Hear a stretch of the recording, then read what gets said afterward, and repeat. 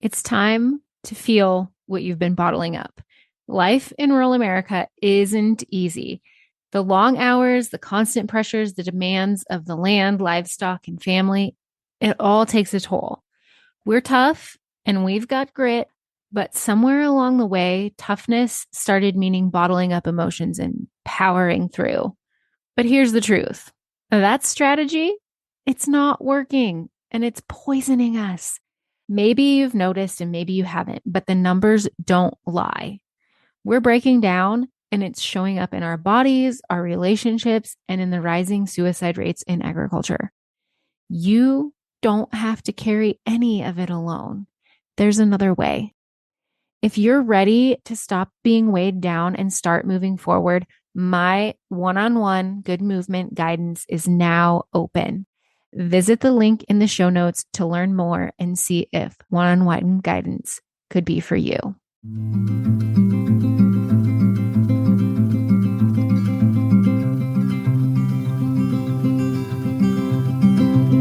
I'll carry you, you carry me, we'll help each other through it. Come on and say good movement draws good movement.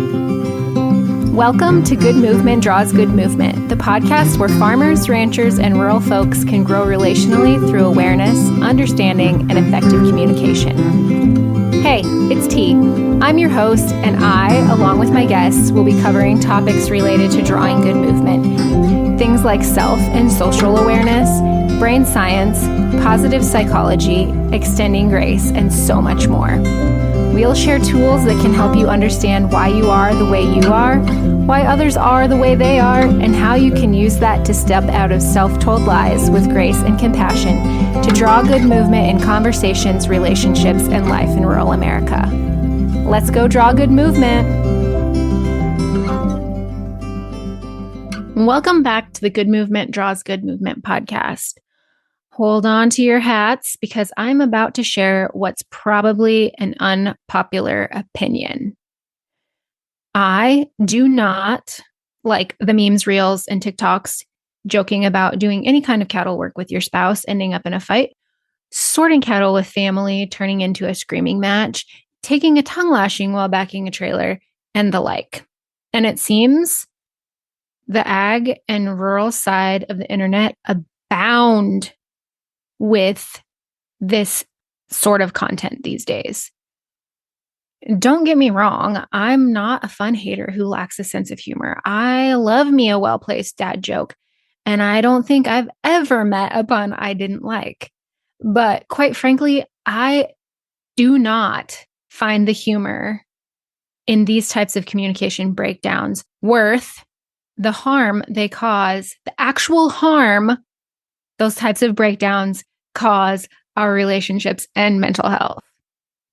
I know communication and relationship problems are not unique to rural America, but living rurally and working in agriculture does add its own set of unique challenges. As a society, in general, we've been taught to go faster, work harder, and not show emotion, let alone even feel it. We've become obsessed with efficiency, sold the lie that taking your time is a waste of time and emoting is bad, weak, or unnecessary. But all of that, all it does is get in the way of good, clear, effective communication. Then, when you live remotely and work with your spouse, kids, family, and or in-laws, are contending with nature and whatever it brings, and raising livestock who have a tendency to not stick to your plan, it builds on what we've been taught as a society and adds an extra layer of strain. And whether we want to admit it or not, the way we've been doing it in rural America and within agriculture is hurting not only our relationships, but also our mental health. Did you know per capita suicide rates amongst farmers, ranchers, agriculturalists is higher than any other sector? I mean, maybe instead of making jokes about and celebrating the communication breakdowns, we should actually do the work and make every day as enjoyable as the 15-second funny on the internet. I, for one, am really tired of the way it's been going and how it's continuing to go. That could be the Enneagram type 9 aversion to conflict in me, but I mean, it probably has a lot to do with that. But also, I know I'm not alone. I'm not the only one longing for connection and joy in the day to day. I'm not the only one looking for better communication. And I'm not just looking for those things for myself, but also for my peers, because honestly, it makes me so sad to see what these communication breakdowns are doing to us. And knowing that it does not have to be that way. I think a lot of it comes down to the fact that we not only don't super understand ourselves, but we also don't understand other people. I know before I started down this journey of good movement for myself and self awareness and social awareness and all the things, I had no idea that people viewed the world differently than me. Like I thought we all kind of had the same lens and we just chose to be turds sometimes. That's not actually true. So, what if we really focused on drawing good movement on our farms and ranches and in our rural relationships and communities? The principles of good movement, while they are not necessarily easy, they are fairly simple. The first step, you may have guessed it if you're an avid listener or, were paying attention to the last couple minutes of what I was saying, but the first step is self-awareness. We have to become aware of what we're feeling, our energy, our posture, positioning, and how those things affect others. Self-awareness, again, might sound simple enough, and it is, but we spend our whole lives putting on layers of personality to protect what's at our core, to protect ourselves. And as a result, it can take some time to peel those layers back and get down to the core, our core. One tool I've found that's incredibly helpful in expediting the peeling process is the Enneagram. And if you've listened to any episode of this podcast, that we mention it a bunch here, probably in every episode, most every episode, if not every episode, we've mentioned the Enneagram. And I have even done an episode solely focused on the Enneagram, briefly talking about what it is and how it works. So if you would like to listen to that episode, that's episode 10. If the Enneagram isn't for you, self-awareness still is.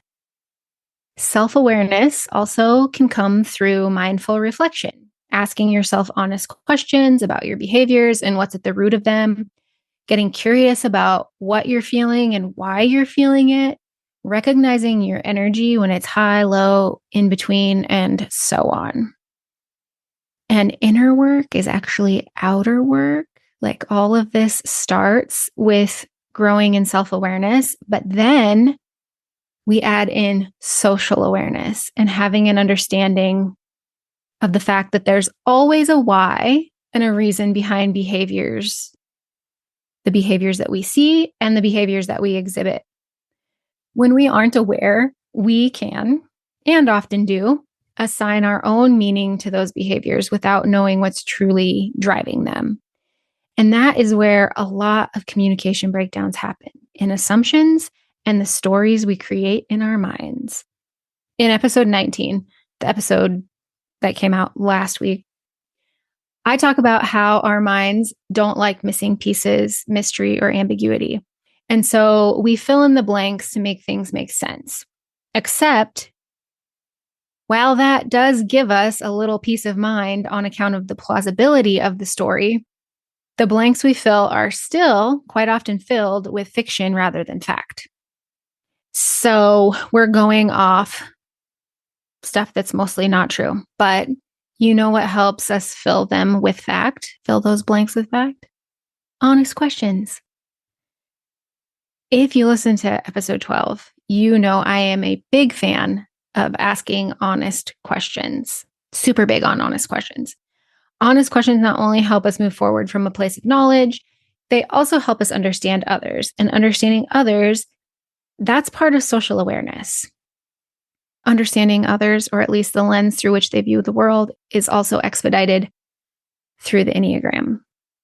Again, you don't have to use the Enneagram, but it does expedite the process. So when we are self and socially aware, we can pay attention to how what we've discovered about ourselves influences others. And we can use that to communicate in a way that is effective and actually strengthens our relationships and mental health. So again, the framework is self-awareness, social awareness, and then you bring it all together into your communication. If you're a rural woman, and if you're not a rural woman, stay tuned. There's something coming soon for men too.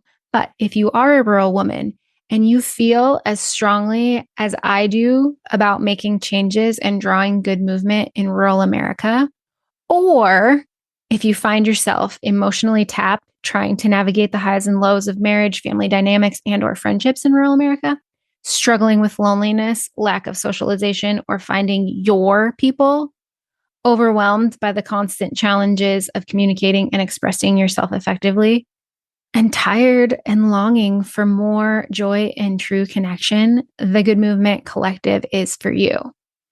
The Good Movement Collective is a 6-month group coaching program for rural women who are ready to clearly and confidently communicate so they can eliminate overwhelm and experience joy in their relationships.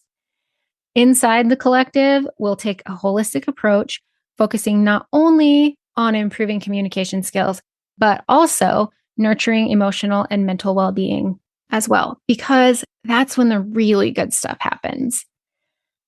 The collective launches very soon, so you can send me an email and ask me more questions, or you can join the waitlist using the link in the show notes for more details.